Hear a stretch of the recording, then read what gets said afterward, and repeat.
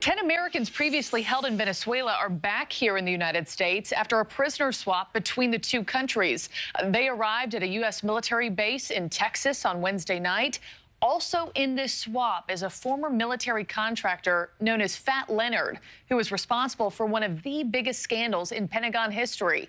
Xavier Walton joins us live with the very latest. Xavier?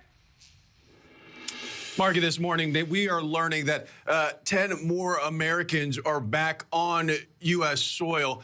And this obviously coming after the Biden administration working out that deal with Venezuela. The White House saying this prisoner swap was months in the making. Those efforts now coming to fruition less than a week before Christmas, right? The timing of all this, the Biden administration working closely with the Venezuelan government led by President Nicolas Maduro to make this deal happen. Among the Americans returning home from Venezuela, according to the State Department, 6 were wrongfully detained. Maduro also agreed to release at least 20 opposition-linked prisoners. Free at last, free at last. Thank God Almighty, free at last.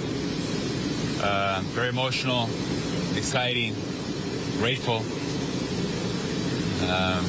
So much gratitude for the moment, for the United States of America, for all of you, and for the opportunity to come home so soon.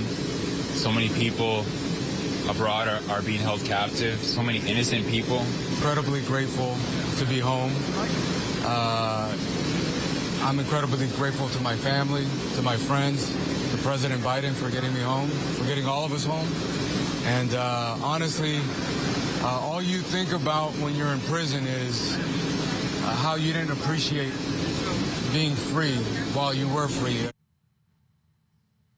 Okay, so also returning to American soil as part of the exchange, Leonard Francis, or better known as Fat Leonard Francis, a convicted felon, is the mastermind behind one of the largest scandals in U.S. Navy history. Fat Leonard bribed dozens of uniformed naval officers with at least $500,000 in cash, travel expenses, parties, prostitutes. In return, he got classified material regarding the movements of U.S. ships and submarines, plus confidential contracting information and much more. Just weeks before his sentencing last year, he actually made a daring escape, cutting off his ankle monitor and fleeing to South America before being apprehended in Venezuela. So in return, the U.S. is releasing Alex Saab, a Colombia businessman, and more importantly, a Nicolas Maduro ally. He's accused of bribery and money laundering to the tune of roughly $350 million.